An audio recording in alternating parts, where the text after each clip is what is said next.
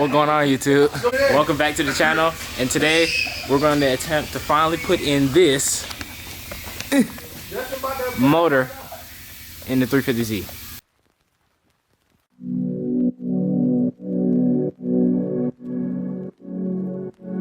Alright, so we're about to take off the transmission to get to the vibrant V-band so we can shave down the transmission so it can fit. So after we do that, we'll mount it back on, and then we'll attempt to try to put this engine back into the car. If you're new to the channel, please like and subscribe. And we'll see you guys. What are you talking about? Yeah. Everything that's wrong. It's not like you want to. Wait, Mark, what?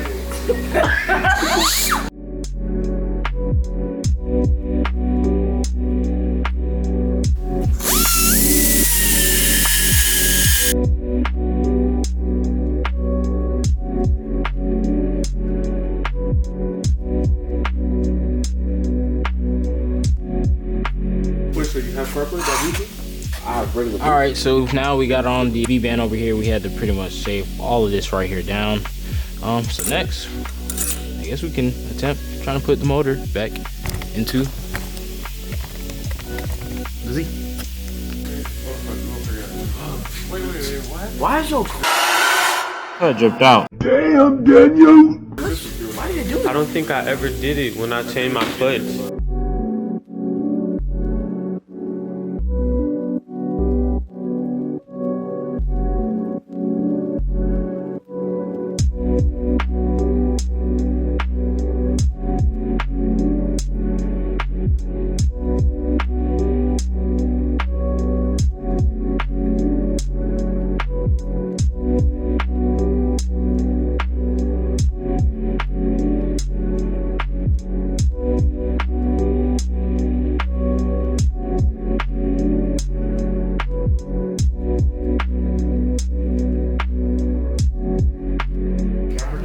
Nah, well, it died early. Alright guys, so the camera did die. I do apologize, but we finally got the motor inside of the car. We also went ahead and put back together the wiring harness on here, so most of the plugs are plugged in. The only thing left now is to get under this car and do the transmission bolts and mount the transmission up so we can have the transmission all nicely mated up. Still a lot of miscellaneous things to do around the car.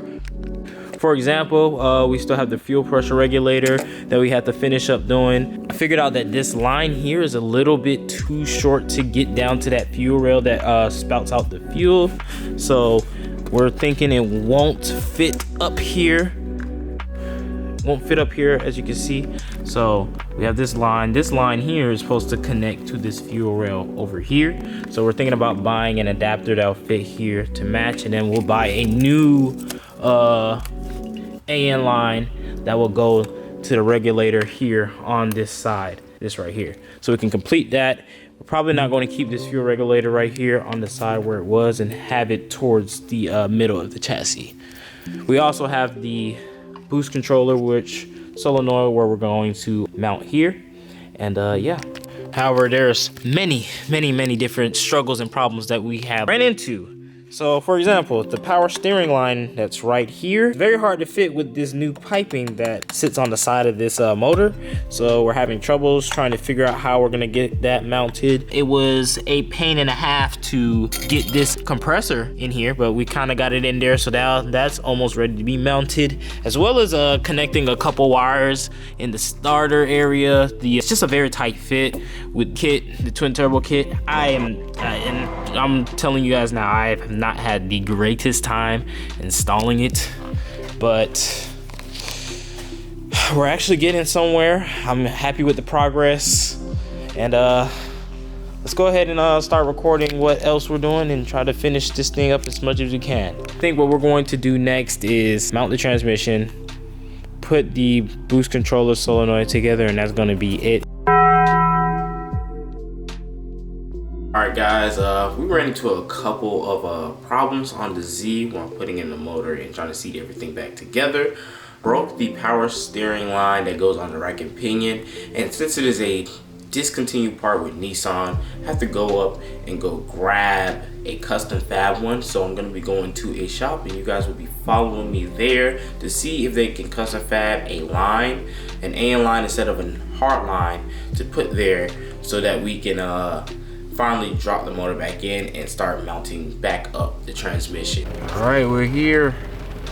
I wish I could zoom in, but we're here at Atlanta Hydraulics. This is the line that goes on the rack and pinion, the shorter one. It should be like number 13 on that diagram. I can't remember the parts number, but it's really badly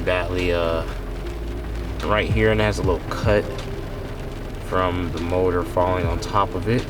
So we got to get that replaced. We're gonna get an AN line, so I don't think it should be a hard line again. We'll get that replaced, so then we can finally continue on with the motor install and the transmission install.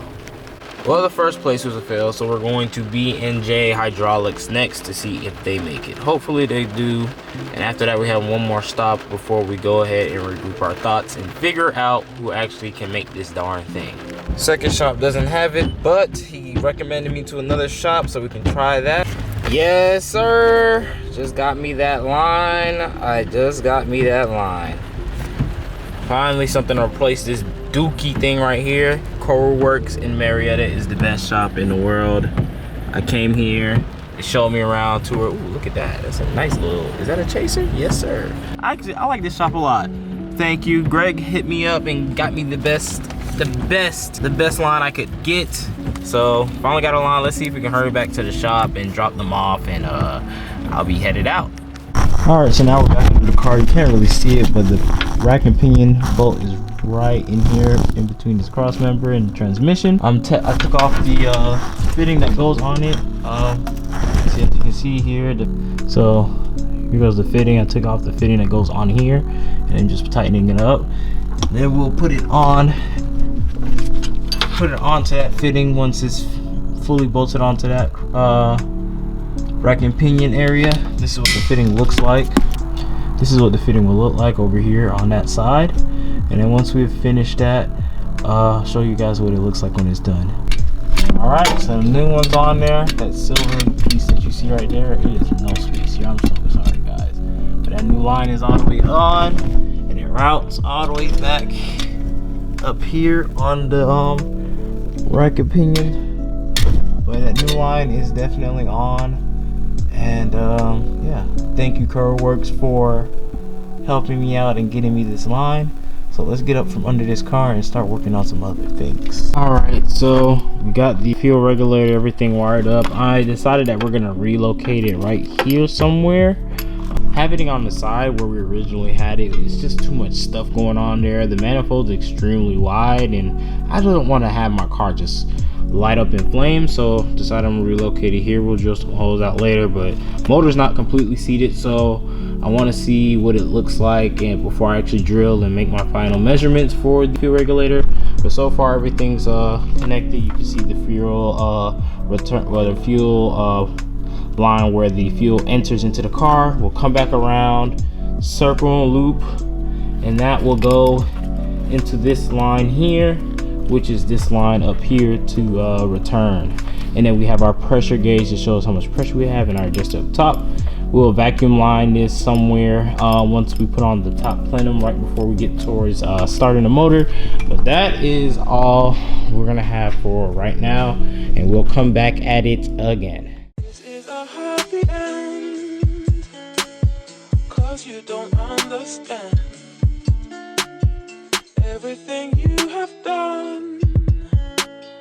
Why is everything so wrong?